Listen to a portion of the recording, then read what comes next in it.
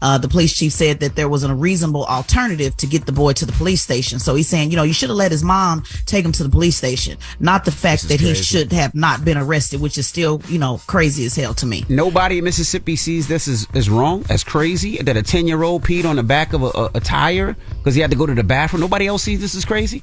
Yeah, I didn't know they take you to youth court for offenses like that. I mean, to be honest with you, I didn't know they take adults to court for offenses like that. Because in my mind, if I'm a cop and I saw someone peeing outside, even if it's illegal, that's nothing I would waste my time. It's usually a ticket. I usually give them a ticket. I wouldn't even give you that, especially after you just peed because you ain't wash your hands. So I'm not going to interact with you in that way. But my thing is, like, if I saw you peeing outside, I wouldn't waste my time on that, taking you to jail. A 10-year-old kid?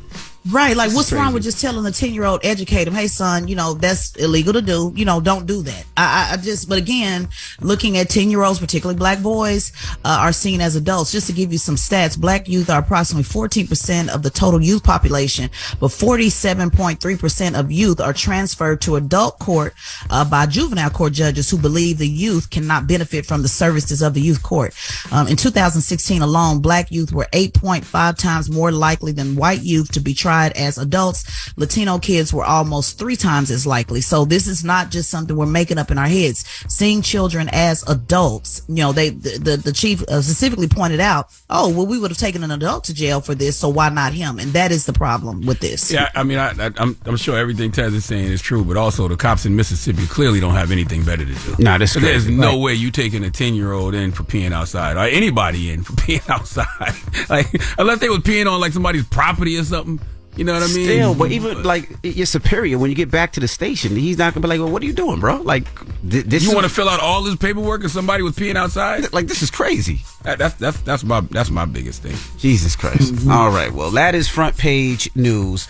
Now get it off your chest. 800-585-1051. If you need to vent, phone lines are wide open again. 800-585-1051. Let us know how your weekend was. It's the Breakfast Club. Good morning. The Breakfast Club.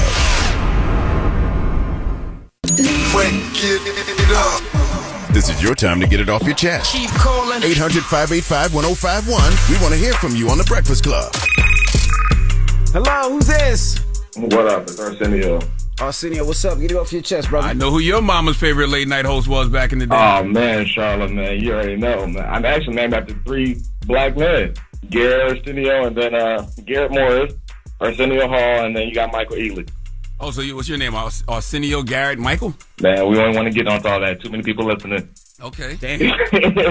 But to get off the chest, Envy, man, it was a superior. It was a low-ranking officer that was gonna let him go, and the superior came out there and got him and brought him to jail.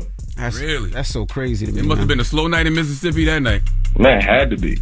They had to be bored as hell. Word. Hello, who's this? This is Sean. Sean, what's up, man? You got us on speaker or something, bro?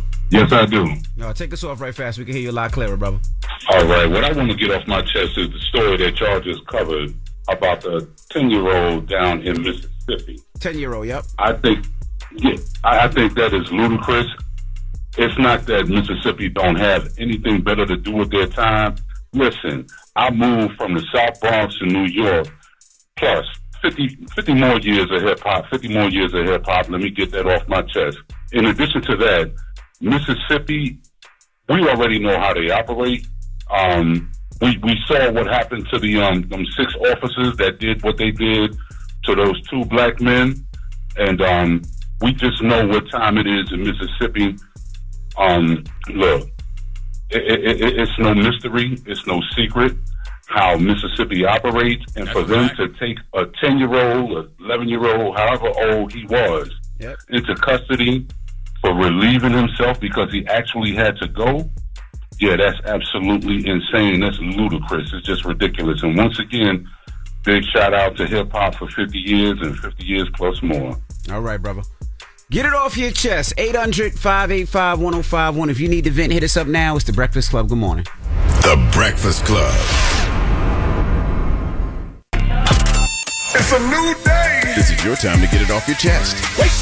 Wake up. Whether you're mad or blessed. It's time to get up and get something. Call up now. 800-585-1051. We want to hear from you on The Breakfast Club. Hello, who's this? This is Jesse from Georgia, man. Jesse from Georgia. What up? Get it off your chest, brother. Man, that story about that little boy going to jail for peeing on a tire is crazy. It is.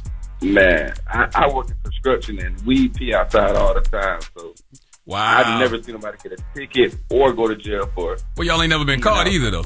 I mean, I've seen officers sometimes pee outside of their car.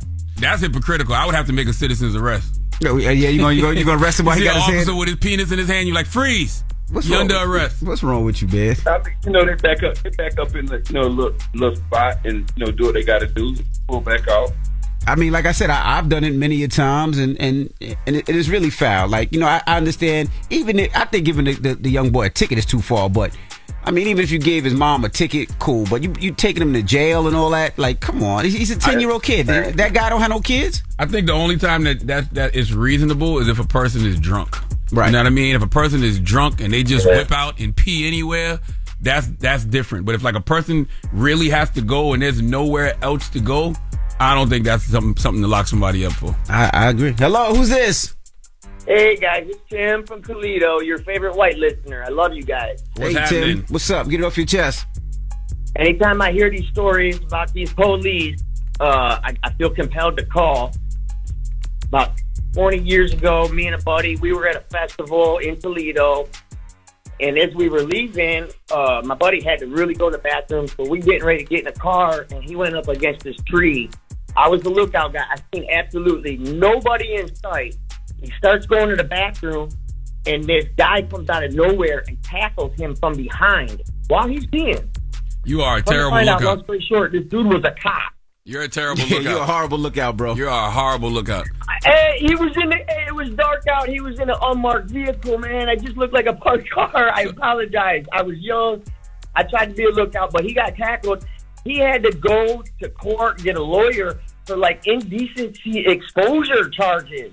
That's crazy. And it is crazy. But I promise I wouldn't swear. I won't swear. I swear these white police, that guy that just arrested that little black dude, he probably was just a little jealous of what he was seeing. Goodbye, Tim, man. Yeah, I'm not talking about no 10-year-olds. It's a 10-year-old's penis you're talking about. Yeah, sir. you crazy. Jesus Christ, man. Hello, who's this? What's up, man? Day. Good morning, Kings. How y'all doing? We doing Peace, well. peace, How you peace. doing? I'm feeling highly blessed and black and favored, as my Uncle Charlotte would say. There You go. already know.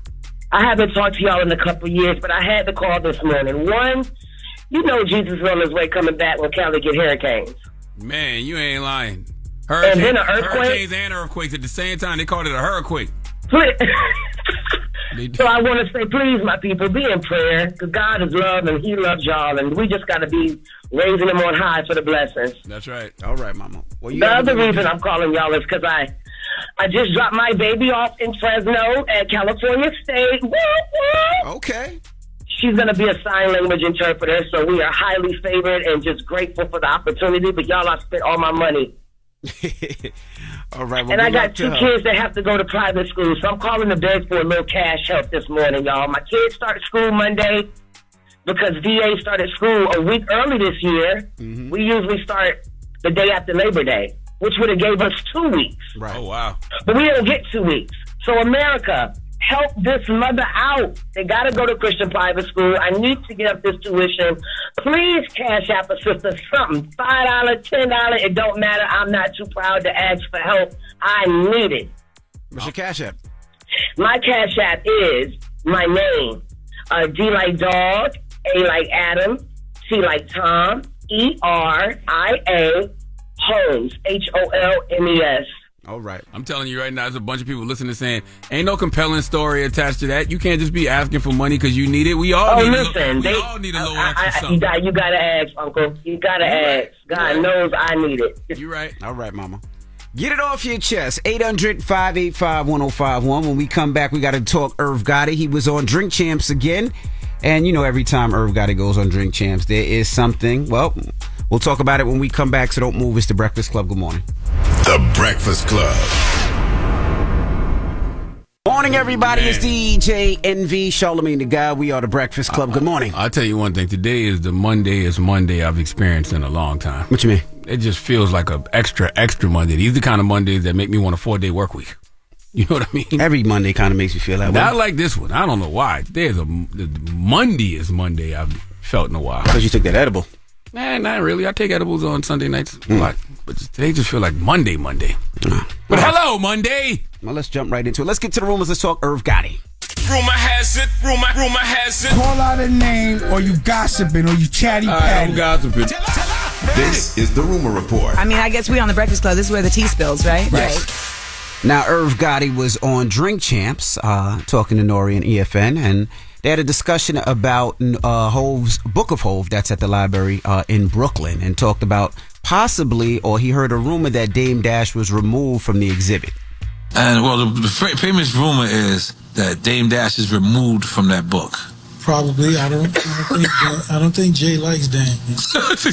Damn, you can put some salt on it. But did you ever think that in the beginning when you synced their chemistry? I'm talking about the three. You know what I mean? Because Biggs got was Drink Champs as well. But Biggs, Dame, and Jay, like I never thought that this would happen. Did you see this day coming? Remember what I said? Mm-hmm. Jay didn't need nobody. Right. He started Rockefeller with Jay and things, so he should get credited. I'm saying the making of the records. Jay didn't need nobody. Jay was picking the beats. Jay was rapping over the beats. Jay was making things. It was all Hove. They was along for the ride. Great ride. It was a great ride. I love Nori. When Nori was talking about the Book of Hove like it was an actual book. Yeah, it's not an actual book. It's a library exhibit. It's an exhibit. You know what I mean? And for anybody listening, it's not a book. It's an exhibit.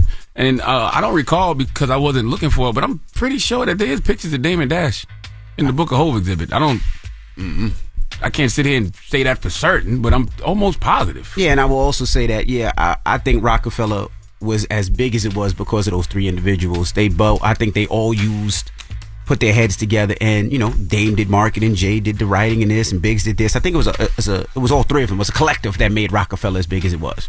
I don't know. I wasn't there. Irv was. No. But I'm pretty sure Dame Dash is in pictures at the Book of Hove exhibit. Like I said, I can't say that for certain, but because I was paying attention, but I wasn't looking to see if Dame wasn't there. You know what I mean? Now, also, they talk about his relationship with Fat Joe. For a long time, Irv Gotti and Fat Joe were really, really, really close. And at one time, Irv Gotti was talking about Ashanti. Fat Joe didn't like it and said how he felt. Well, Irv Gotti talks about him and Fat Joe, if they ever spoke, or are they still cool? Fat Joe was my brother.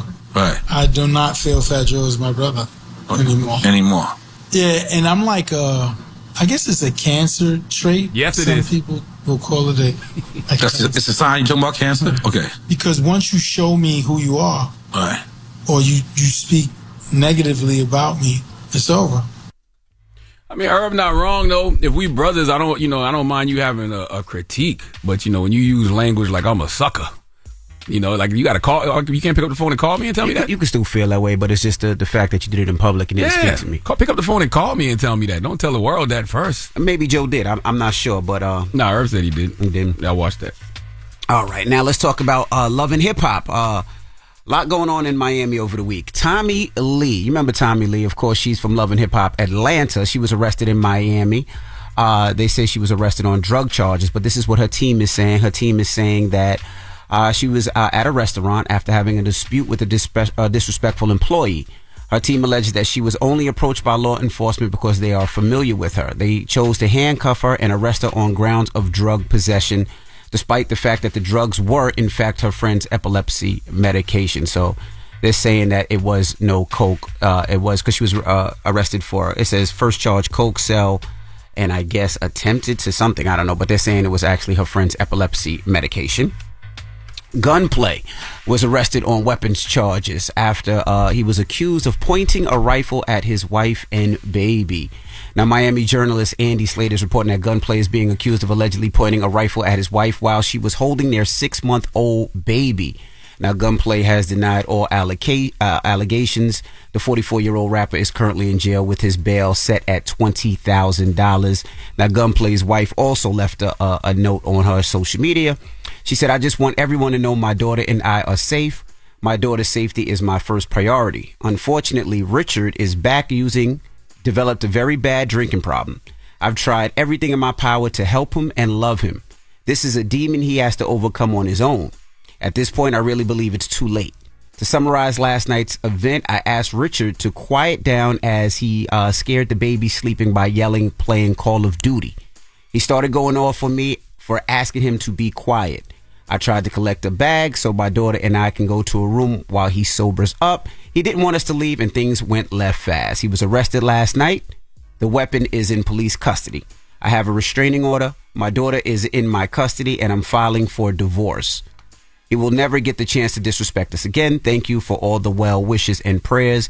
This is a very traumatizing experience. Please keep me in your prayers. All right. And lastly, Jermaine Dupri. Now, Jermaine Dupri, we was talking about this earlier. He was kind of upset. He said that, just for the record, no brands have done any dinners or get-togethers in Atlanta celebrating the 50th anniversary of hip-hop. That's hard to believe. And that's crazy. That's hard to believe. I saw people saying that wasn't true, that there was a lot of brands that did things. And I know they did have a... Did they have a big show? Yeah, they had a big show. I seen we talked about it a couple weeks ago. It was Friday. I think it was the Friday before or something like that. Yeah. I mean, I'm not sure. With so many talent and hip-hop that came out of Atlanta, I would have loved to see something maybe bigger on the scale like they did at Yankee Stadium up here, but who knows? Why can't Jermaine Dupri do it? He could have did it. Like JD definitely could have did it. Like JD is big enough to do it. Like JD could have did something himself if he thought that hip-hop wasn't being represented right coming out of the ATL. Yeah. All right, well, that is your rumor report. Yeah, I'm looking at the Atlanta Journal Constitution.com. Yeah, 50 years of hip-hop. T.I. Goody Mob, the headline. Free Atlanta concert, several other city-sponsored events to celebrate city's contribution to music genre. This was on August 1st. It's an article by Ernie Suggs. Yeah, so... They did do things. Yeah, clearly they did things. Okay. All right. Well, like I said, that is your rumor report. When we come back, we got front page news. Teslin Figaro will be joining us. And then we got some special guests coming up. Excuse me. We have Jason Mitchell and Barton Fitzpatrick. You know them from The Chi. They got a new flick, Everything Is Both, and we'll kick it with them in a little bit. It's The Breakfast Club. Good morning. The Breakfast Club. Your mornings will never be the same. If you're hiring, you know it's hard to attract top talent. Team up with the hiring partner who understands how tough it is and knows what you need. ZipRecruiter. Go to this exclusive web address to try ZipRecruiter for free. ZipRecruiter.com/breakfast. Morning, everybody. It's DJ Envy, Charlamagne the God. We are The Breakfast Club. Let's get back in some front page news. Teslin Figaro is back. Good morning, Tez. Good morning, DJ Envy, Charlamagne the God. Peace, Taz. Now let's jump right into it. Let's talk about Florida and cockroach spray. Okay, well, before I do this, what do you say about Florida, Charlamagne? The craziest people in America come from the Bronx and all of Florida. All right, a Florida woman allegedly spiked a man's drink with Raid roach spray after the pair met at a local bar. Volusia County Sheriff's Office said the 29-year-old Veronica Klein has been charged with drink poisoning.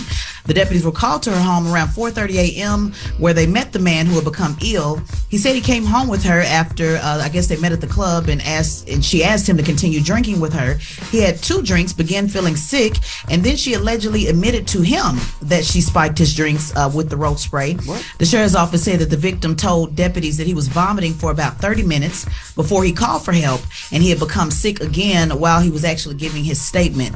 Now, she wasn't at home when they found her, and a law enforcement K-9 unit tracked her down, and she was taken into custody. And if you want to see what that looks like, they do have the video showing what a pleasant experience that was for the K-9 dog to track her down. The officer was concerned if she was bit by the dog, and took her into custody, and she's alive and well and will be charged. Well, what happened? How does the conversation go from let's have a drink to I'm going to put some Raid in your reposado? Like, how did that happen?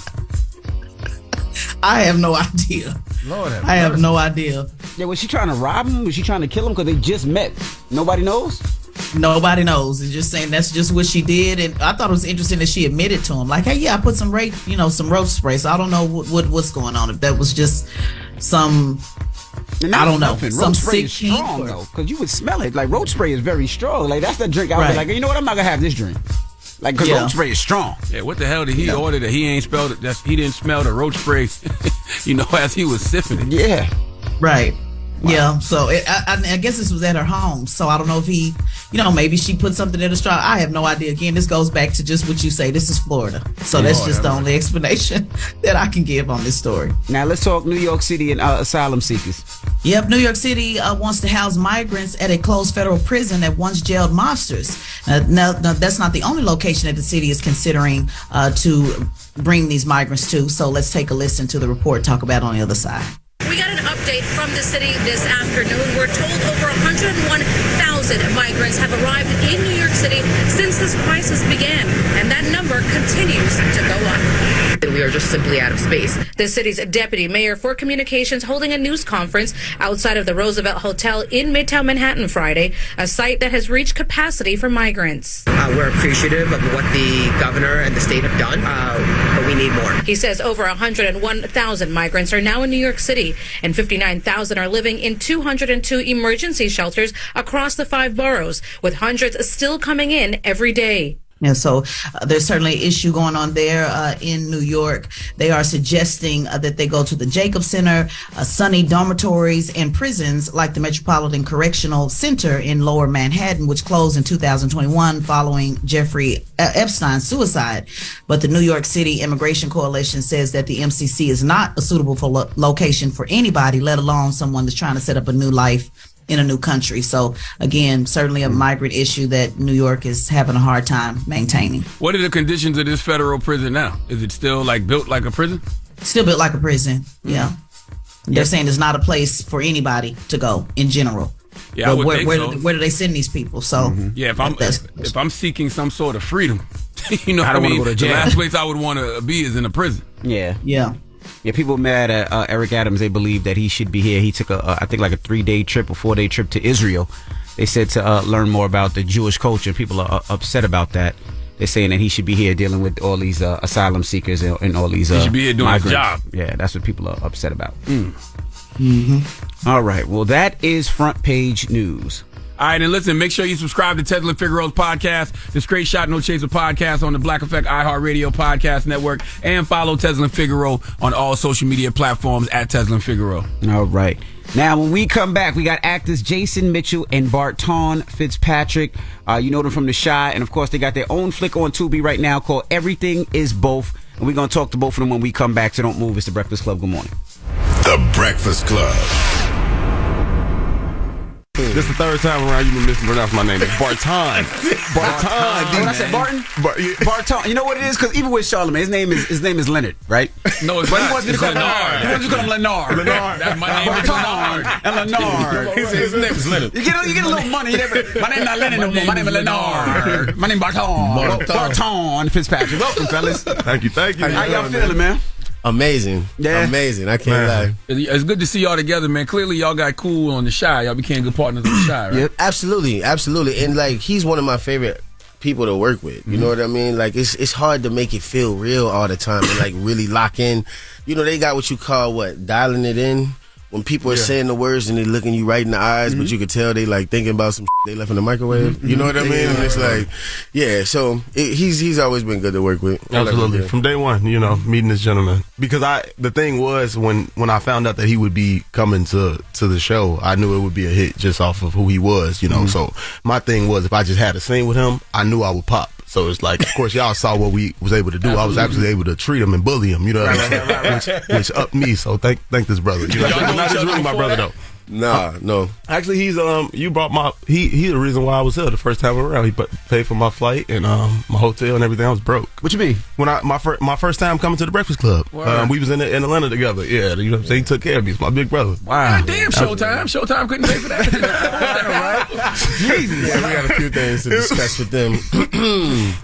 How did you know that you wanted to pay for Barton's flight and everything? How did you know he was wanting to go do? To me, money isn't real, bro. You know what I mean? And I feel like Chicago is a lot like New Orleans. A lot of times we don't get these opportunities. So if it just take a little bit of money to be able to change somebody's life forever, to be able to bust their imagination open forever, that's dope. The money ain't even nothing. And now the world knows how broke actors are because we on strike, but right. But Jason been to what it was, so he took care of me. You know what I'm saying? You do that for a lot of people? Or did you see something special in the brother? I definitely saw something special in him, but I'm one of those people who feel like I try to be the person I wish people was for me. That's right. You know what I mean? Because nobody really exposed me to what I was about to get into. You know what I mean? I really went from Hollygrove to Hollywood. Like, it's literally articles that say from Hollygrove to Hollywood. And I didn't, I had to learn how to grow in that space by myself. So, whenever I see somebody who career kind of like mimics mine a little bit, I try to put them under my wing, show them a little love. You lost weight too, man.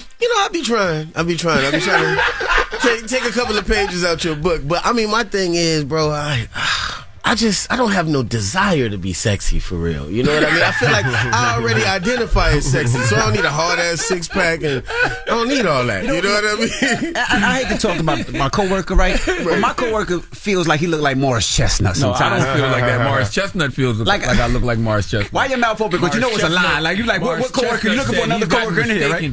Morris Chestnut said he's got mistaken for me. He That's said a that himself goddamn on lie. Jennifer Hudson show. Maybe Morris Almond. Not quite Chestnut. But nah, y'all can definitely pass for family for sure though. For family.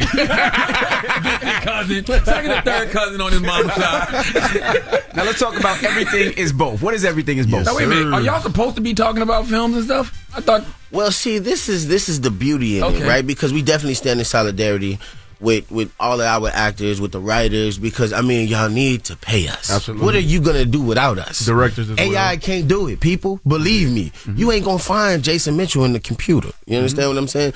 But it's beautiful because we could talk about what we did on our own, which makes this so special, Me and Bart are both producers on this film, so it's like, it's dope. We definitely stepped it up. And we did this during COVID when everybody was like, man, it's crazy, and we could only use skeleton crews, and you had to have masks and tests and all this different stuff. Like, we produced a movie ourselves. Everybody thought we was tripping, but we've been #1 for how many weeks? Several at this point. Oh, Tubi, yeah. Absolutely. Yeah, but major props to the writer who's in the room, Jaquavis Coleman. You know what I'm saying? That's the architect, and you know what I'm saying? He put everything together. So, well, tell us about Everything Is Both. So, Everything Is Both. It's an action thriller. A lot of mystery going on. Like we said, it was written by Jaquavis Coleman, and it was the start of something beautiful for us. Because it was the first time I've ever read a book fully through. And I know that might sound crazy, right? But Jaquavis sent me the book, and me and him been friends for like 18 months before we even started doing movies or whatever. But I'm reading his book like, damn, and I didn't even put it down. I might have took like a bathroom break or something, but I was like, yo, the book is dope. So one day he came to me and was like, I think I want to turn this into a movie. I'm like, sign me up. So we just start putting it together. He sent me the script. I was like, I think I know somebody who would be great to play Scar. We called Bart in. I mean, the rest is history. You know? Absolutely. Yeah. What does independent films offer you that, the Hollywood ones don't? Like, what have y'all gotten from this particular situation that y'all wouldn't someplace else? Freedom. Freedom. Yeah. Freedom. In a lot of spaces. And also, I mean, like, let's be honest, bro. IP, intellectual property, is a big deal. Ownership is a big deal. So when you talking about being one of a few people who getting a check cut and you making your money back in a couple months, like, what just happened? You know what I mean? Like, it gives you a whole different type of life when you realize you could dig in your own pockets, make your own movie, put it out to your own fans, and really get a check that you never seen in front of the camera, in these big studio movies. Now, don't get me wrong, I don't have nothing against them. As an artist and an actor, we need creative control, you know what I'm saying? So independent projects and working with creatives like Jaquavis and being able to produce alongside your friends, you're able to control the character, you know what I'm saying? Like in my experience in acting, that's really important, you know what I'm saying? So that's my biggest, I love that as far as the independent and that has to be big because, we seen you get killed off on 2 shows. And both of those shows, people loved you as a person, but you can't control what happens. Exactly. And how does that feel? Both times you can read the script and you be like, well, no more checks. Tuesdays. There's no more checks. But nah, it's like, yeah, because they be like, why they keep doing that to you? And it's like, if only I could tell you. You know what I'm saying? Right. But in these independent projects, I ain't too much got to worry about that. Right. Why can't you tell us, Bart? Huh? Why can't you tell us? Tell us what? Why they keep doing this? Why they keep killing you off? Why they keep killing me off? Yeah. In my opinion, yeah. As Jason goes under, you feel right? Like, I don't know, man. You know what I'm saying? I don't know. They got to stop though. They gotta stop. Yeah, they should stop. Yeah, because I feel like there's there can be discrimination on both sides. You know what I mean? Indeed. What you mean? I just think that sometimes one party can be respected, but the other party's wishes can't be respected. I'll leave it at that. Absolutely. Yeah. I mean, power is power. I got killed off on Power. Ain't nobody safe on that show. You know what I'm saying? Yeah. Shy, you were a major player on that show. Somebody that people love. They love the character. And they still love me forever. You know what I'm saying? It's truly respect, like the opportunity, you know what I'm saying? Because it's endless opportunities that come from that. But yeah. You still watch it? I don't watch my own stuff, period. You know this about me. I don't really like to watch my own stuff. Like, I think we will watch it when we have, like, those screenings or whatever, when they just let the cast see it. I'm happy and proud of our castmates being able to go 6 seasons, especially my little brothers and, you know what I'm saying, like Alex, Mikey, and Shaman. Like, you know what I'm saying? It's important to see them continue to grow. Right, for real. Not even Straight Outta Compton? And because that's on BT all the time. Nah, for real. I watched Straight Outta Compton like 4 straight times. I'm not gonna lie, because we had the premiere, and then, we had some moments. Like, that changed my life. You know what I mean? But, like, as I constantly watch it, I'm like, man, I could have did this better. I could have did that better. Like, the New Orleans accent slipped out heavy at the end when I was like, no, Doc, please don't tell me. I'm like, damn. And it's like all kind of spots I look at, like, damn, I could have did a better job in this situation. So I try not to watch my own stuff because I'd be my worst critic, All right, when we come back, we got more with Jason Mitchell and Barton Fitzpatrick. So don't move. It's the Breakfast Club. Good morning. Morning, everybody. It's DJ Envy, Charlamagne the Guy. We are the Breakfast Club. We're still kicking it with actors Jason Mitchell and Barton Fitzpatrick. Charlamagne? What was it about this role that y'all connected? Oh, man. You want to tell them about the diner thing? No, go for it. Go for it, yeah. Please tell them. We hadn't worked together in a while, and it's refreshing to, you know what I'm saying, to be back on set with your homie, you know what I'm saying? Because, like I said, we're really brothers, so it was this one particular scene. And like I said, Jaquavis allowed me to come and pretty much direct some of my scenes, you know what I'm saying? Also, like, incorporate ideas as far as, the script. But this one particular scene, Jason had to get emotional, and it was like, I know his work. You know what I'm saying? Well, I know his. Let me elaborate on this a little bit. Take it away, man. I'm gonna just be frank. Actors do not like taking notes from other actors. Really? Unless you're the director, please shut up. Yeah. You know what I'm saying? Like a Denzel, you ain't wrong. I mean, if it's Denzel or like a Sam Jackson or somebody, we'll probably listen. But at the same time, they know how actors feel, so they would probably never do that. Exactly. You know what I mean? Like, actors just don't give each other notes. It's not a thing. But, like, I'm like 3 takes in, I'm crying, I'm going through my breathing situation, and he comes to me and he like fighting back tears almost, and he like, bro, how about less sorrow and more shame? You're ashamed of yourself right now. And I was like, what? My brain just unlocked, went to a different place. You know what I mean? And it was like beautiful to have that moment. I was like, yo, this is dope. And like to think that that's coming from my little homie, like, and we have that energy that we could really run with on set, like that was fire. Absolutely. And like when you watch the movie, when people watch the movie, they're like, man, you really had me crying, bro. But that was your boy right here. That's dope. Yeah, absolutely. You might need to direct one of these pieces, my guy. Absolutely. And what's your thoughts on Tubi? You seen Tubi allowing a lot of producers and a lot of independent people to get a shot and to get a chance, Man, listen. I'm gonna get Tubi tatted on my back. Man, for real. Like, God. Like for real. Tubi is the next wave. That's the next big thing. Absolutely. Sure. Thank you, Tubi. They're giving us an opportunity to boost our confidence to jump into this lane. Because I think a lot of times people are under the impression that Hollywood is such a cliquish business and they only want to hire their friends and this and that. But the truth is they don't have time to teach you why you on a job. And you know what I mean? They paying you handsomely to be able to do this job. So you need to know how to do it, so it gives our people this space to be able to go in and get better. To f*** up. You know what I'm saying? Yeah, but at the same time, they making bread. Exactly. I feel like it's the only thing to do now. Like if I was a writer or an actor and Hollywood was doing me dirty, I'd be trying to get SAG or someone just to give us approval to go make these indie movies. Yeah, like, bro, listen, I wish I could pull up the numbers to really show y'all, but I feel like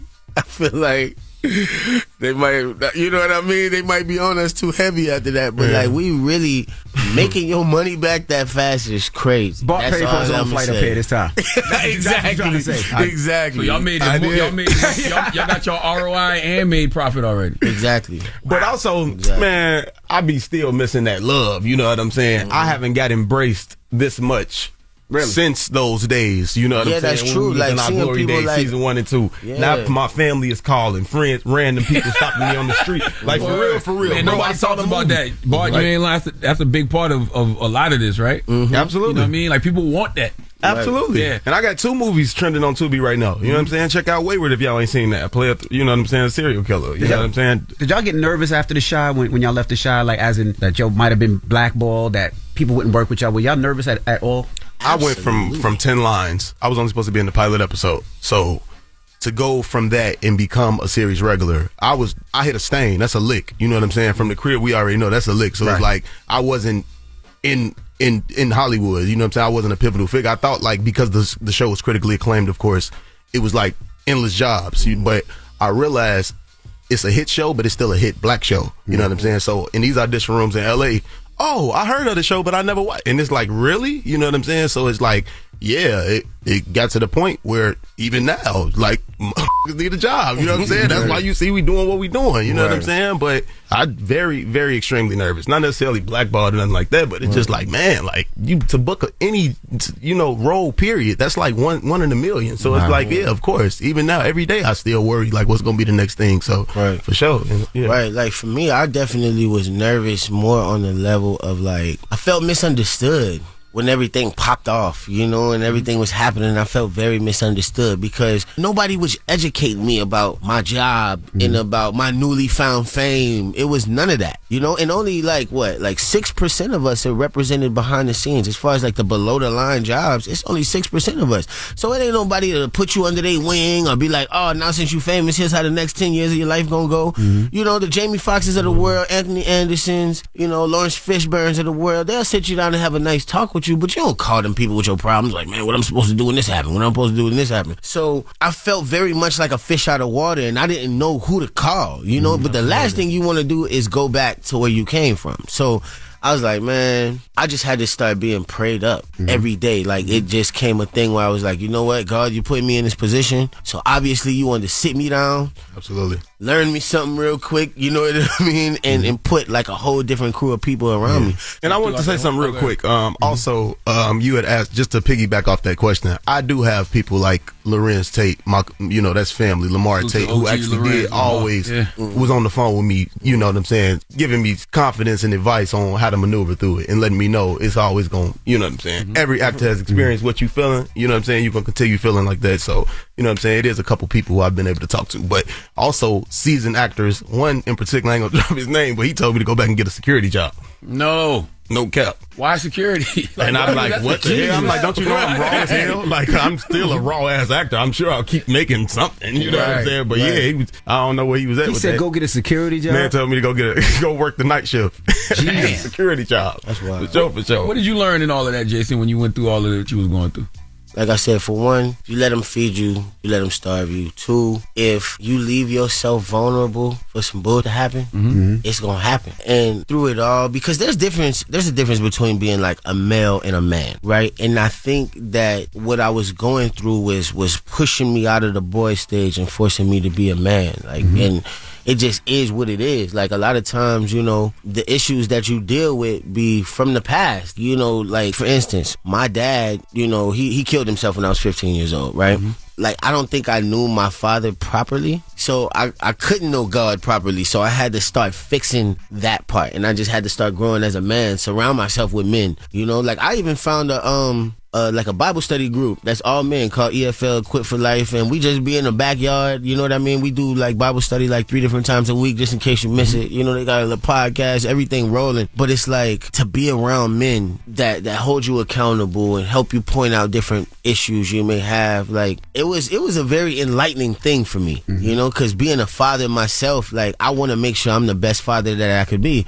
But a lot of times, these generational curses be a real thing because we not acknowledging really what the problem is. While I was sitting on top of the world, it was to the point really where, like, I was so busy. Like, I was booked till 2023 back then. So I was so busy that, like, I didn't want to talk business with people when I went out. Like, I wasn't never an ass to nobody, but, like, I was very out of touch with what could have been. I could have been thinking, let's do something independent. You know what I mean? Like when it was falling through like that, I had so much more of a voice. Like for instance, bro, look at Charles King. Absolutely. Like look what he doing with Macro. Macro. They Clone Tyrone was just a hit. Like Mudbound got nominated for 4 Oscars. We see what happened when you give the right black man, exactly. When you get it right, won the money, you understand. You see what happens. Great things happen. Now they do amazing. You know, things. He was just up here. Yeah, so I feel like, that's another person that inspires me. We trying to get to that space. We need 60 Macros. We need Macro to be just as potent as Universal. All right, well, don't move. We got more with Jason Mitchell and Barton Fitzpatrick. It's the Breakfast Club. Good morning. Morning, everybody. It's DJ Envy, Charlamagne the Guy. We are the Breakfast Club. We're still kicking it with actors Jason Mitchell and Barton Fitzpatrick. Charlamagne? You're a phenomenal actor, Jason, so it makes me wonder, did other actors and actresses reach out to you? Because it's like, yo, you have a mishap or whatever it was, but that don't mean it's over. Did anybody reach out to you to let you know that? Well, yeah, a bunch of people did. You know who actually really was in my corner and really helped me get my mind right was Issa Rae. She was like, bro, like, you going through the fire right now, and to be honest, you too hot for the people who even love you to with you right now. It just is what it is. But when that wear off, they gonna have people on the other side. Like, you just going through a storm, bro. You know what I'm saying? And it's cool. But like, when I sit back and look what she's done, she's always had that attitude. I'm not gonna let these people tell me what I can and can't do. I'm always gonna exalt myself as a beautiful black queen and move like that.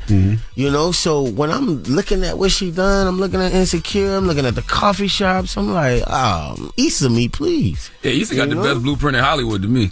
She mind her business. She puts out dope quality. Right. She stays above all the mess. There's no mess about her. Like, exactly, but it still show up and say, I'm voting for everybody black. Yeah, hopefully she can give us a job if she checks this interview out. Listen, I'm not saying I'm against it. Huge fan. I was going to ask, is there anybody that surprised you that you thought was on your side, or any, because, or even press that was like, we can't rock with you? Oh, a bunch of them. I will not give them without saying names, though. Well, see, this is the thing. This is how I really honestly something real quick? feel. Can I say something real quick? Speak, Bart. When my brother situation happened, I was at a LA party, and it was a group of names, you know what I'm saying? Literally, we was about to take a big picture, and they said, on the count of 3, no Jason Mitchell. You lying. All black actors. So what I want y'all to know is people are jealous and they're haters. Like, like he said, he's a real from New Orleans who then instantly hit it on all y'all and became Eazy-E. Right. The man, you know what I'm saying? A lot of actors who've been doing this way longer than us. Same thing with me. You just out of the gate, you're Rez from the Shire, you the biggest, you know what I'm saying, gangster in TV history. You know what I'm saying? Right. I'll say that. But but yeah, it's like, so they be hating. People be waiting for us to fall off. Like, they can't, you know what I'm saying? Especially actors. You know what I'm saying? A lot of them calling me for jobs now, though, and I still give them a job. You want a job, Ernie? Somebody, the interesting thing about that, man, I know executives who worked there, and they were like, man, it's just the climate. They was like, they basically were like, he didn't do what people think he did. Right. But because of the climate and the way the headlines were, people thought, oh, he's a monster, this and that. Yeah, I definitely got railroaded for sure. They was like, it was because of the climate. It definitely was, but at the same time, like I said, it was a God thing. For me, that's how I look at it, because nobody could have protected me the way he did. Like, even if it was the same position, you know what I mean? It could have been a lot worse for me. It really could have. Like, because like Bart said, they got people out there who just, they smile in your face, you know what I'm saying? But to stab you in the back with a big old knife, So, but I choose to like say, God bless y'all, for real. It's easier because it's like to harbor that much negative energy is crazy. Like, you can't sleep. Like, and don't get it twisted. When this first happened, I was so hurt. I felt like they had so many people that I know for a fact could speak up for me and could have said something and could have did something, but they didn't. That's the reality of the situation. Ain't nobody come and save me and all of that. So all I had to look at was like, God, but I'm not about to let nobody live in my head rent free and have my heart beating fast and me crying myself to sleep. I never saw you be bitter. That was especially when you better than all these too.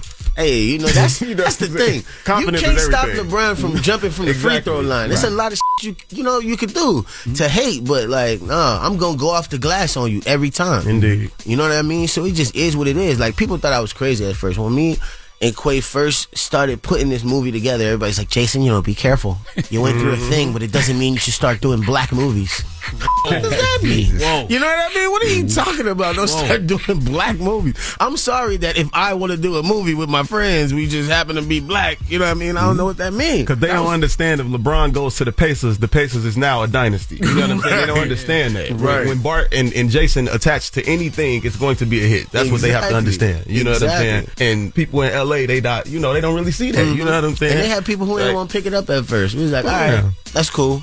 You know, because we went to Apple and Amazon first, and they had, but we have good relationships with them too, so like we put it up on those platforms and it did good, but when it went to Tubi and everybody started to see it and the numbers started to climb so high, now everybody spinning the bed. About everything is both. Yeah, we're going to need that sequel. They're demanding it. We'll take it. Just slap that check on the desk. We all good. Is there anything personally you felt like you needed to change? Even just looking back, just holding yourself accountable. What do you feel like you did wrong? Yeah, I feel like I was moving too fast, but I had to learn. I had to learn the hard way, and it's cool because now I will never make those mistakes again. There you go. I'm not living that way. When you're black in Hollywood, they don't allow you to make no mistake. Exactly. Exactly. They ready to cancel you. Yeah. Exactly. They're praying on it. And to be honest, that was the only thing that kind of had me bitter for a second, was nobody ever put me under their wing and told me that. If you slip, they're not going to let you back in here, because it took me a long time to realize that I was at work even when I was off. Mm-hmm. You know what I mean? Like, soon as you cross the threshold of your door, like, you at work, this is what you signed up for. You hope that you're giving out the best energy that you can, and you hope that you're leading by example the best way you can. Sometimes it get tricky.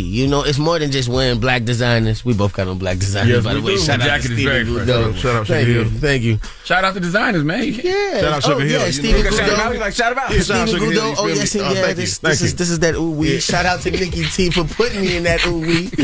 What do you want people to take away from Everything Is Both? That you and your friends could be number one, for one. Because I want people to go watch the movie. I don't want to tell them too many things. Because the movie is dope. The movie itself it's a fast-paced thriller that, has... I mean, Jaquavis Coleman wrote it. Like, let's be honest. If you don't know who Jaquavis Coleman is, I don't know what rock you've been under, but I'm sure you've read one of his books. Right. In the words of the great Lil Jon, read a motherfucking book. You know what I mean? But yeah, he definitely put a great spin on it. You're going to see some great acting. We gave some great opportunities, and there will be a part 2 for everybody who keep asking. That's the main thing. Yes, it's on the way. Yes. And yes, we're going to do the same thing that we did again, because the first time we had so many people audition that we had to turn people away. It was crazy. But we made some great discoveries. We found some great actors. We got some seasoned actors in there. We also gave a lot of opportunities behind the camera for people to come in and, put on for their brands, So we're going to keep it going. And we just going to keep moving forward with it. And, we hope people love what we do, because I ain't going to lie, us being number one was unexpected for sure. Word. It was definitely unexpected. I just want them to know you don't miss when you get Bart and Jay. There you go. That's a fact, though. Clearly. And that's the truth. Well, Everything Is Both is out right now. Make sure y'all pick it up, and we appreciate it's y'all. on Tubi right now, Tubi, right? Yeah, So you want to say anything else that you got going on? Real quick? Oh, so I'm also producing another movie right now. Aren't you nominated for an award right now? Oh, yeah. You can't leave that out. Congrats on the award. When's the movie coming out? I believe October, but I'm not 100% sure. I'd be lying. Okay. I'd be lying. No, but yeah, so I started a 501c3 called Dream Seeker. It's been doing good, and we just on the last film that I produced in Orlando, with Andrew Vanderhooten and Wes Miller. I got an opportunity to give 2 students scholarships, so they got to, work behind the scenes and pretty much work in every department. It was just a really, really dope experience. So we pushing forward with that, man. So Dream Seeker is going to train the people, and then we'll have the jobs to give them once they finish the training. So that's dope. Yeah. Well, thank you, brother. Y'all be sure to check out Manny would kill me if I didn't. Shout out Manny Haley. We actually have one of the hottest. Manny? Salute to Manny. We got one of the hottest shows on BET Plus right now. It's called Legacy. Y'all check that out. Hey, man, you was all the way on the Breakfast Club, man. You couldn't come on the front, man. It's like, Manny's our guy, man. Thought we was real friends. Yeah, that's my guy, too. Legacy on BET Plus? BET Plus, yeah. We about to finish out the season. What up, Manny? Yep, you already know. All right. Everything is both too on the way. You already know. It's the Breakfast Club. It's Jason Mitchell, Barton Fitzpatrick. It's the Breakfast Club. Good morning. Morning, everybody. It's DJ NV, Charlamagne the Guy. We are the Breakfast Club. Good morning. Yes, happy Monday. It's a Monday. As happy as this Monday can be. That's right. Now let's get to the rumors. Let's talk Dwayne Haskins. Rumor has it. Call out a name, or you gossiping, or you chatty patty. I'm gossiping.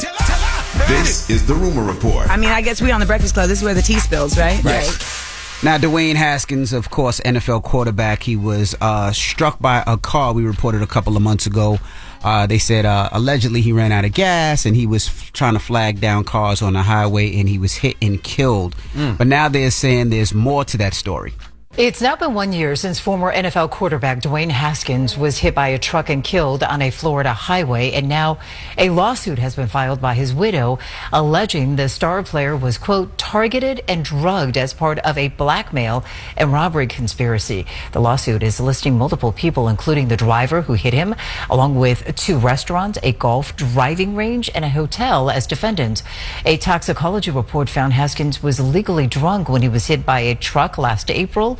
He also tested positive for drugs that are used by medical professionals as anesthetics. Excuse me, say what now? Yeah, so what happened there? They're saying that there's more to the story. They found alcohol and drugs in his system, and they believed he was drugged and robbed. So did he really run out of gas? They're not saying. They don't know. Yikes. But they're saying there's definitely more to the story. Now, also, T. Morant, which is John Morant's dad, was at a basketball camp, and he was talking to the campers about next up in life. Not just playing basketball, but also life. And he mentioned what's going on with his son a little bit. I'm coming from thinking for my son. Like, make sure anytime y'all anywhere know the capabilities of everybody around you, right? My son didn't get in trouble for the people around him. He got in trouble for his decision. So always be mindful of every decision y'all make, because it can pretty much take over you, it can consume you, and make you think that you who you're not. Anytime y'all everywhere, and they're saying the correct thing, anytime y'all everywhere, just think everything is looking at you. Everything is magnified. The smallest thing you can do can make the biggest difference in your life. By the way, that's amazing advice. Right? And I'm sure that he's probably giving that advice to his son. But it's up to you to listen. Right. You know what I'm saying? Anybody can tell you anything. You know, but it's up to you to actually listen and apply the things that the OGs are telling you. Yeah, and that was at the Up Next Elite Camp in New Orleans. If you didn't hear what he said, he was saying, my son didn't get in trouble for his friends. My son got in trouble for the decisions that he made. That's real. Which is the truth. And I respect it, because that lets me know that he's making his son take accountability. You know what I'm saying? You can't point the finger at anybody else. At the end of the day, you are ultimately responsible for your choices, including who you decide to be around. That's true. That is true. And lastly, your cousin's in the news today, Chloe Bailey and Halle. Chloe Bailey is defending her sister. I guess she's been wearing a lot of baggy clothes recently, and people are assuming that she's pregnant, and Chloe's upset about this. And y'all better keep my sister's name out your mouth. Thank you. Amen. Amen. Hallelujah. About to get me riled the hell up. Anyways, love you. We don't play about Halle. No. Like, what the heck? Period. So because the person is wearing baggy clothes now? Yeah, they pregnant? I thought baggy clothes was back in style. Yeah, they say that believes Steve's hiding a growing baby bump. So her sister stepping was like, no, mind your business. Keep my sister's name out your mouth. I literally thought baggy clothes was back in style. Aren't they? I honestly didn't think about it like that. But yes, they are back in style. Yeah. They are. But I don't know. All right. And that is your Why can't report. she just be a young girl following the latest trends? Like, why does it have to be? Like, why does it matter? Why would she just want to wear baggy clothes? Like, who cares? Like, some days my kids wear baggy clothes. Some days, like, who cares? Like, I never. The internet. I guess you're right. The bloggers. I guess you're right. The people who need content every day. Yes. I guess you are right. And that is your rumor report. Now, donkey today. Who you giving that donkey to? Man, 4 after the hour, we need 2 Dallas police officers. Actually, 4 Dallas police officers. 2 haven't been identified. They haven't released their names, but the other 2 are James Smith and Juan Figueroa Luna. Oh, y'all claim to care about America's veterans, huh? We'll discuss 4 after the hour. All right, we'll get to that next, so don't move. It's The Breakfast Club. Good morning. The Breakfast Club. Your mornings will never be the same. It's tough to find that right person, especially when it comes to hiring for an open role. With ZipRecruiter's matching technology, makes it easy to find and invite great candidates to apply to your jobs. Try it for free at ZipRecruiter.com/breakfast. This is a miracle. There is no question that there are problems in this country between police and community. Yes, you are a donkey. The latest on that police killing of a black man. Now to new developments in the deadly spa shooting rampage. And yesterday was a really bad day for him, and this is what he did. And so we are in a state of emergency. Okay, white supremacist violence is and always has been the number one threat to our society. But I'm also very proud that my wife is white. The Breakfast Club, bitches. All right, Charlamagne, please tell me, why was I your donkey of the day? Donkey of the day for Monday, August 21st goes to 2 Dallas police officers who have been identified as James Smith and Juan Figueroa Luna, as well as 2 on-duty police officers who have not been identified. Now, 2 off-duty police were working security at Sirius Pizza, and they refused to let a disabled Army veteran use the restroom. I can't make this kind of stuff up. Let's go to WFAA 8 ABC for the report, please. The Dallas Community Police Oversight Board has launched an investigation into several officers. They were caught on body cam video laughing at a disabled Army veteran who accidentally urinated on himself. You guys made a guy pee himself? Donnell Lane says he was refused access to the bathrooms at Sirius Pizza in Deep Ellum. Lane was injured in combat in his lower extremities and says he tried to get help from a couple off-duty uniformed officers by showing them his medical paperwork. He says they brushed him off. He presented his case to the board after Internal Affairs found no wrongdoing. And there's been a constant fight having to explain myself about my disability just to get assistance from public servants and private businesses while I'm out and about. This battle leaves me in constant depression and suicidal at times because of the shame of asking strangers for help. Now, Dallas police officials tell us they will also conduct an administrative investigation. We've also reached out to Sirius Pizza and are waiting to hear back. This is why when people scream about patriotism and being patriotic, I say bah humbug. Okay, we live in a country where so many military veterans are homeless, don't have health insurance, standing on the corner with signs begging for change, and we folks will drive right by them. Okay, we the people will drive right by them. All right, imagine fighting for a country but then can't even afford a meal in said country when you get back. But we talking about being patriotic. Military veterans in this country should be treated like the salt of the earth. They shouldn't have to touch their pockets ever. They should get free top-notch health care, free room and board, and they should get some stipend every month to take care of their bills. And there should be veteran discounts on everything. Now, I know there's military discounts on a lot of things, but in America, there should be a military discount, veteran discount on everything, including utilities, okay? This disabled veteran comes into a pizzeria, shows you his medical paperwork, and you deny him the opportunity to use the restroom. He ends up doing number 1 and number 2 on himself, and y'all laugh? To me, this is just symbolic of how America treats its veterans. Okay, they just pee and doo-doo all over their service, but then tell folks who take a knee or don't stand for the Pledge of Allegiance that they are being unpatriotic and they are disrespecting the men and women who sacrificed their life for this country, who served this country. Really? Really? What's more disrespectful, taking a knee because you protesting the injustice that black and brown people face by some police officers in this country, or some police officers denying a disabled Army veteran entry to a restroom? Making this man use the bathroom on himself and then laughing at him. Let me tell you something, man. You're damned if you do, you're damned if you don't. We've been talking about this little 10-year-old boy in Mississippi who got arrested because he was peeing outside. This is why people pee outside, because they aren't able to get to a restroom in that moment. And sometimes, for whatever reason, they go into restaurants and other establishments and get denied entry. What do you think that reason could possibly be? What do you think?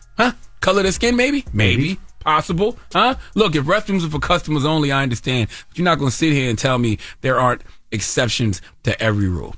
And if a disabled Army veteran isn't an exception, I don't know what is.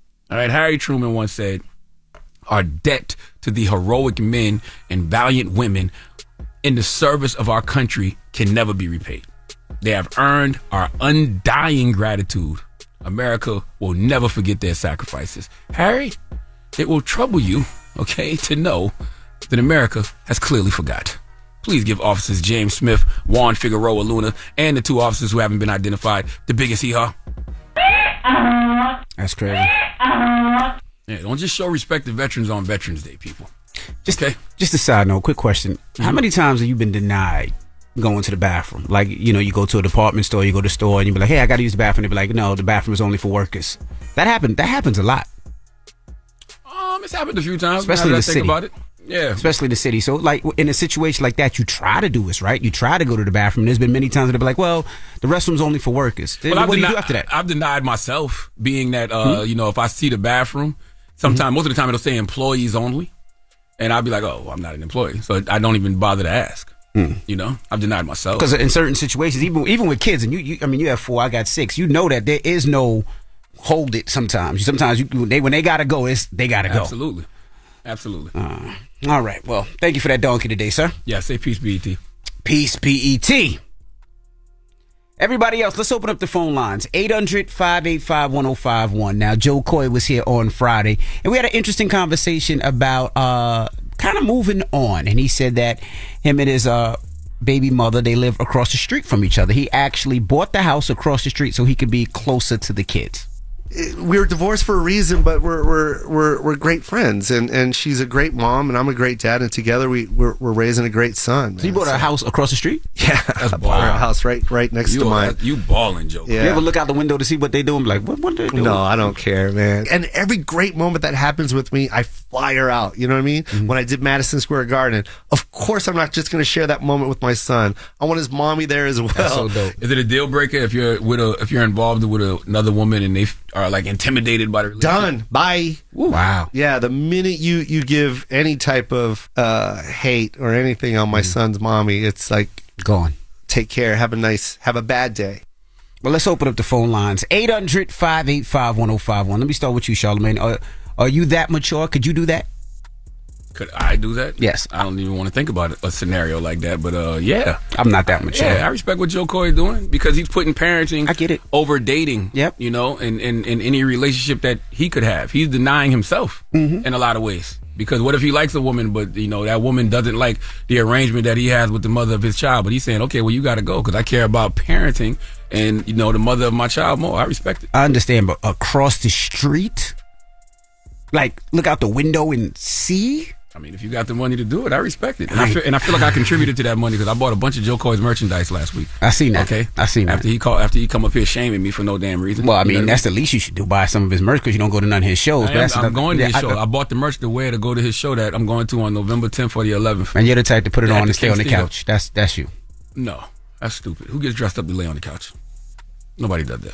800-585-1051. Let's open up the phone lines. Could you do that? Could you live across the street from your ex and be cool with it and be fine with it and look out the blind? Also, it depends. See who's like going in there. Been broke up though. I'm just asking. I'm still not. Even if we've been broke up, No. I don't think I'm that mature. Across the street, maybe down the block a little bit. If it's about the kids and to parent my children, yes, I could absolutely do it. But let's talk about it. 800-585-1051. It's the Breakfast Club. Good morning. The Breakfast Club. Steady calling my phone. Made it. It's topic time. Call 800-585-1051 to join into the discussion with the Breakfast Club. Morning, everybody. It's DJ NV, Charlamagne the Guy. We are the Breakfast Club. Now, if you're just joining us, we're talking about Joe Coy. He was here Friday, comedian Joe Coy. You know, the one that Charlamagne doesn't go to any of his shows. Yes, he was here Friday talking about his relationship with his baby mom's, his ex, and how he bought her a house across the street. Let's listen. We were divorced for a reason, but we're great friends, and she's a great mom, and I'm a great dad, and together we're raising a great son. Man. So you bought a house across the street? Yeah, I bought a house right next to mine. You balling, Joe. Yeah. You ever look out the window to see what they doing? Like, what are they doing? No, I don't care, man. And every great moment that happens with me, I fly her out. You know what I mean? Mm-hmm. When I did Madison Square Garden, of course I'm not just going to share that moment with my son. I want his mommy there as well. That's so dope. Is it a deal breaker if you're involved with another woman and they are like intimidated by the relationship? Done. Bye. Ooh. Wow. Yeah, the minute you give any type of hate or anything on my son's mommy, it's like gone. Take care. Have a bad day. So we're asking 800-585-1051. Could you do that? I'm not that mature. I told y'all that. There's no way that my ex, somebody that I've had a relationship with or a child with or somebody that I love lives across the street. I'm not there yet. Thank God I don't have to think about that, but I don't think I could look out my blinds and see somebody walking in the crib. Like, I couldn't do it. Charlamagne, you said you could.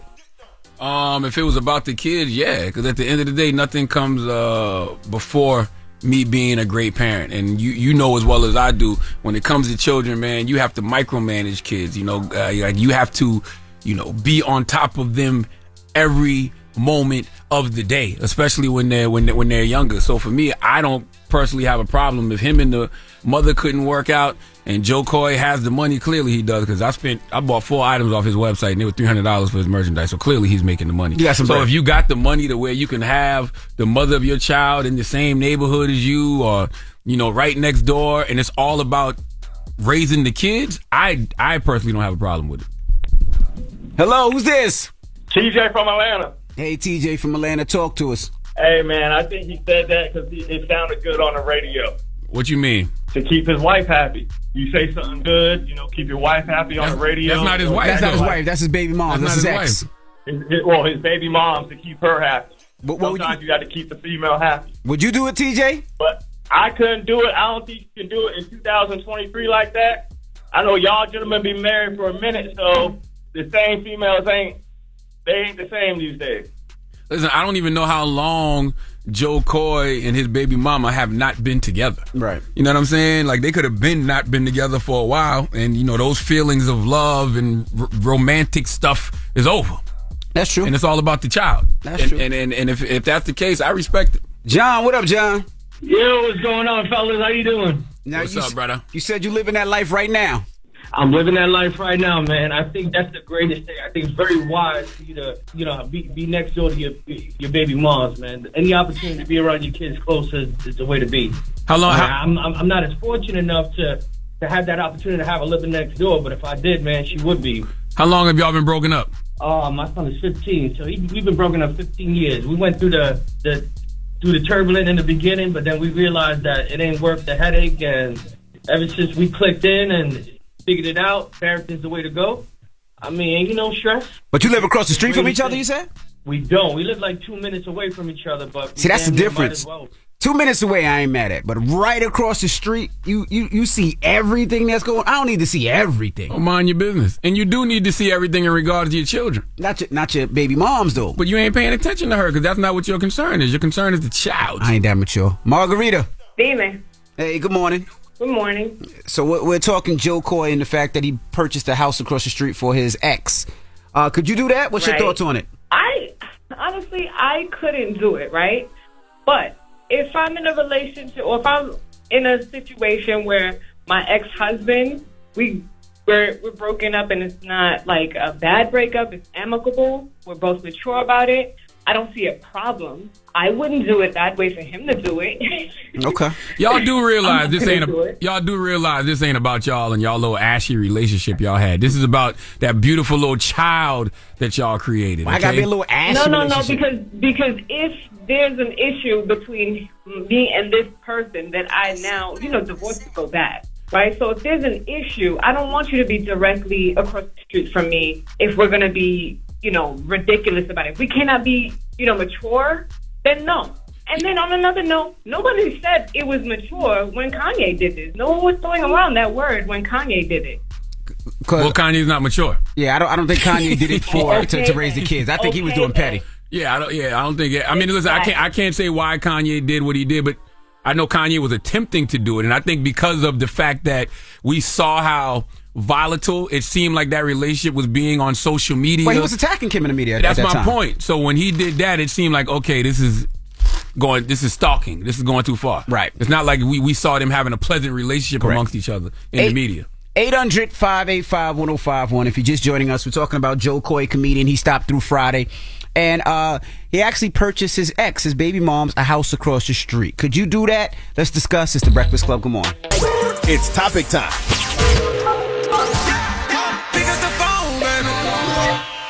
Call 800-585-1051 to join into the discussion with the Breakfast Club. Talk about it. Morning, everybody. It's DJ NV, Charlamagne the Guy. We are the Breakfast Club. Now, if you're just joining us, we're talking about Joe Coy. He was here on Friday, and he was talking about his relationship with his ex, his baby moms, and the fact that he purchased her a home across the street. Could you do that? That is the question. I'm not that mature. I couldn't do that. I'm looking out the window. I don't know, man. I'm looking out the window. I don't know. Because that's the reason they're doing it. Street. You could for the kids. Because keep in mind, that's the main thing we got to keep in mind about this Joe Coy situation. They're doing this for the child. I get it. This is about the child. You could do it for the child. Hello, who's this? Hi, good morning. This is Justine. Hey, Justine. Good morning. Talk to us. I live in the same building with my ex. So it's okay to live across the street from your ex if you guys get along. Got you. So you never had no problems. Everything's been good. You know where your kids are. Your kids can go from floor to floor. Yes, everything is fine. We got 5 children, 13 grandchildren, so we do everything together. Okay. I respect it. Even though he has a gunfight, don't get me wrong.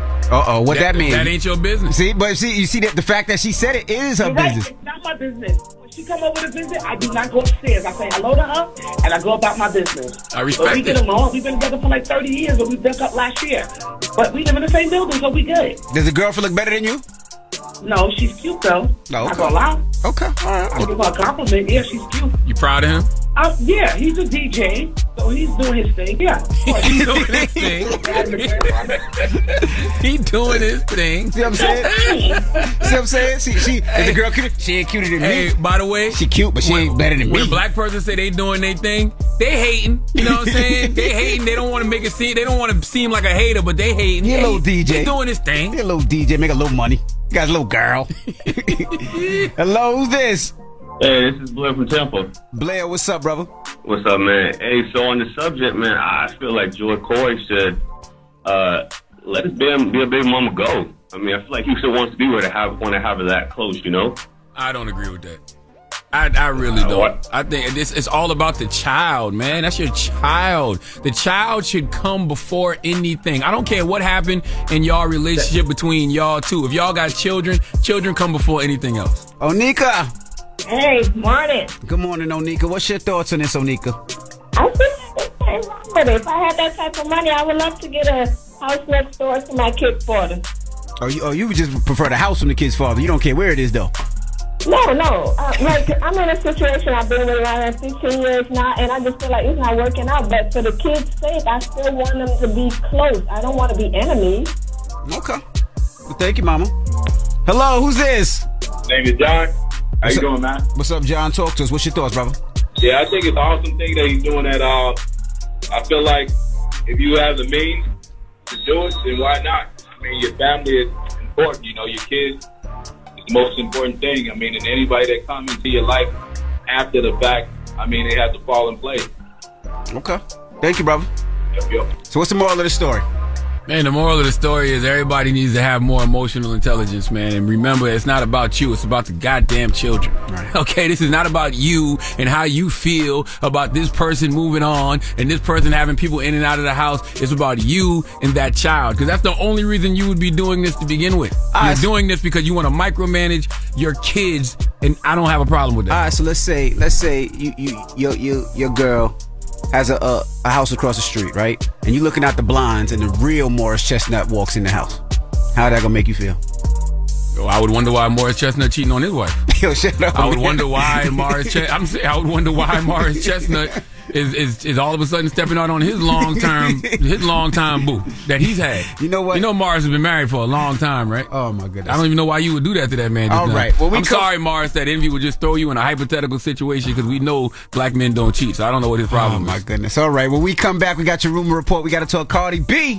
We'll tell you what her thoughts on the hurricanes and earthquakes happening in LA. So don't move. It's the Breakfast Club. Good morning. The Breakfast Club. Morning, everybody. It's DJ NV Charlamagne the guy. We are the Breakfast Club. I just want to send a salute and happy birthday to Chris, our guy up here. Salute to our guy Chris, man. Drop on the clues bombs with Chris. Because Chris will drop a bomb on you if need be. That is correct. Yeah, he helps us up here at the Breakfast Club. It's our guy. All right, but let's get to the rumors. Let's talk Cardi B. Rumor has it. Call out a name, or you gossiping, or you chatty patty. I'm gossiping. This is the rumor report. I mean, I guess we on the Breakfast Club. This is where the tea spills, right? Right. Now, it seems like California's been getting hit crazy with these tropical storms and earthquakes. All right. Now, Tropical Storm Hillary hit over the weekend, and Cardi B was in California, and she was scared, shook by this earthquake and tropical storm. So she got on her live, and this is what she said. Honey, that earthquake woke me the up. Yeah, she was very distraught by it. And Charlamagne, you just showed me pictures of how nasty it was out there. I mean, if that's a real picture, you can never tell on the internet nowadays. That's facts. What I mean? But there was a picture of Dodger Stadium, and it looks like Dodger Stadium is surrounded by a lake. But once again, I don't know if that's real or not. Correct. Right? It's on the internet. Yeah. So like they said, they said the worst is yet to happen out in South California. So if you do have family members out there, give them a call. And if you're out there, you're listening, just be safe. Be as safe as you can. They're telling people to stay inside, stay indoors. Now, Boosie Badass, a fan came up to him and wanted a picture, but Boosie said no because he had to doo-doo. All right. Can we get a picture with you? I got a doo-doo right now. As soon as I do, you find me some tissue. You go to Janet there. Bro, I'll find you some tissue, bro. Find me some tissue. I'm going to take a picture with everybody. I got it. I can't take no picture right now, bro. There's no criteria for what becomes news nowadays, huh? Nah, I just find that funny. Like anything can be a headline nowadays. Yeah. On this great show. Jesus Christ. Boosie had the boo-boo. Yeah, Boosie had the boo-boo. Okay. All right, shout out to Boosie. And lastly, Terrence Crawford was on Joe Rogan and talked about fighting. You remember Canelo was up here last week and talked about if he would fight Terrence Crawford, what would need to happen. You know, like he say, if he beat Symantha, everybody's gonna say, yeah, he's too small, right, and this and that. So it's the same thing. I respect Crawford. He's a good fighter, but win at different weight classes. That's a mega fight, though, Canelo. Mm-hmm. Like, I mean, that's kind of like the last big mega fight out there, right? Kim, what did you gonna say? That's too small. Right. That's too small. Bud comes up to 168. You'd consider it. Yeah, why not? You'd do it. Yeah, 168. 168. Well, Terrence Crawford was on Joe Rogan, and they talk about that if he would come up to 168. So you said 68, but you mean 54, right? No, 68. You want to go up to 68. So Yeah. so who would you fight at 68? Canelo? If he win or Charlo, the winner. Wow. I that would be crazy. I want to be 3-time undisputed. So your goal was to go up and become undisputed in 3 different weight classes. Something that never been done before. Right. And it's greatness. Like I said, this is my era, and I'm taking it. Ain't nobody gonna stop me. Then you're in like the greatest of all time discussion. I'm already in them. Yeah, them discussions. I'm not mad at it because Terrence Crawford and Canelo Alvarez are both already home. Okay, they are both legends. They're in the hall already, on the wall already, and Terrence needs to get paid. There's not a lot of massive big money fights out there for Terrence Crawford. Like the mega fight that will make him the most money is against Canelo Alvarez. And I want to see Bud get paid. Canelo already got tons of money. All right. Terrence hasn't, made those bags yet. And I want to see him get that bread. And not to mention, man, you chasing greatness on a different level. You go up, what would that be? 2 weight classes? Mm-hmm. 3, I think. 3 weight almost. classes, yeah. Like the 168 from 147, gaining 20 plus pounds to fight Canelo Alvarez. I'm with it. Now let me ask you a question. As a casual boxing fan, how difficult is it to gain 10, 15 pounds when it comes to muscle? boxing? Yeah, you ain't even got to be a casual boxing fan to ask that question. That's just a life question. You ask yourself how hard it would be to gain 20 pounds of muscle, even with the trainers and the nutritionists and everything else. You got to put on 20 pounds of muscle. I mean, because myself, I feel like a good weekend in the South somewhere, I put on a great 10 pounds. Not muscle though. You put on 10 pounds of fat. But you would think that with the training, the supplements, and all that, it would be... Can't use too many supplements because you get tested. You got to put on 20 pounds of muscle the right way, the healthy, clean way. Yeah, it's difficult. Okay. He can do it. Yeah. Crawford could definitely do it, but yes, it's difficult. Okay. All right. Well, that is your rumor report. All right. Now, up next, we got the People's Choice Mix, 800-585-1051. Also, got to remind you, my car show, 6 days away, my last car show of the year. Of course, it's in New York. It's not in Atlantic City this year. We have it close to New York, 15 minutes from the city. And I can't wait to see you guys. Of course, all types of cars, amusement rides, games, there's music. It's going to be a fun family event. So if you want to bring your kids, bring them on out. Kids 5 and under are free. All right? Let's get to the mix. It's The Breakfast Club. Good morning. The Breakfast Club. Your mornings will never be the same. Looking to turn a small bet into a big payday? With DraftKings Sportsbook Same Game Parlay, you can pocket more cash when you combine multiple bets from one game. Download the app, sign up with code ENVY, and get a special offer. Restrictions apply. See DraftKings.com/sportsbook for details. Morning, everybody. It's DJ Envy, Charlamagne the Guy. We are The Breakfast Club. I want to salute again to the students at VSU, Virginia State University, HBCU out in Virginia. I got a chance to speak with them over the weekend. Freshman orientation. So just telling them about the things that they should expect their freshman year in college. So salute to all those students. And salute to all the students at HBCUs. I know college is starting this week, so salute to you guys. That's right, man. I want to salute to my guy, Doug Melville. Doug Melville is my man. He's got a book coming out on my book imprint, Black Privilege Publishing. It's called Invisible Generals. And Invisible Generals, we was talking about veterans earlier, man, during Donkey of the Day. So Invisible Generals tells the story, a true story of America's first black generals, Benjamin O. Davis Sr. and Jr., a father and son who helped integrate the American military and create the famous Tuskegee Airmen. So Doug Melville's book comes out November 7th, but it's available for pre-order everywhere you buy books now, man. So Amazon, Barnes and Nobles, everywhere. And I want to salute to my guy Jeezy too, man. Jeezy's book, Adversity for Sale, was the number 2 book, hardcover nonfiction on the Wall Street Journal. Dope. It was top 10 overall. Hardcover nonfiction on the Wall Street Journal. It was number 15 on the USA Today's bestseller book list, and it was the number 1 book Audible for arts and entertainment. So salute to Jeezy for having a great first week of book sales. Absolutely. Man. Salute to my guy Jeezy. All right. Now, when we come back, we got the positive notice, The Breakfast Club. Good morning. Morning, everybody. It's DJ NV, Charlamagne the Guy. We are The Breakfast Club. You guys have a great day and be safe out there. Again, salute to all the college students. I know college starts for a lot of the students. Today is Logan's first day in college, so I wish him the best of luck. Big Logan. Yes, Big Logan. All right, and now you got a positive note? I do have a positive note, man, and the positive note is simply this. It's Monday. Please remember that some people are in grind mode, waking up today to hustle. Some people are in healing mode. They're waking up today to unpack trauma. Some people are in mental health mode, waking up wherever they feel like it. Point is, none of us are waking up to the same day, but everyone is doing what they need to do to keep going. Happy Monday, y'all. Breakfast Club, bitches! Y'all finished or y'all done?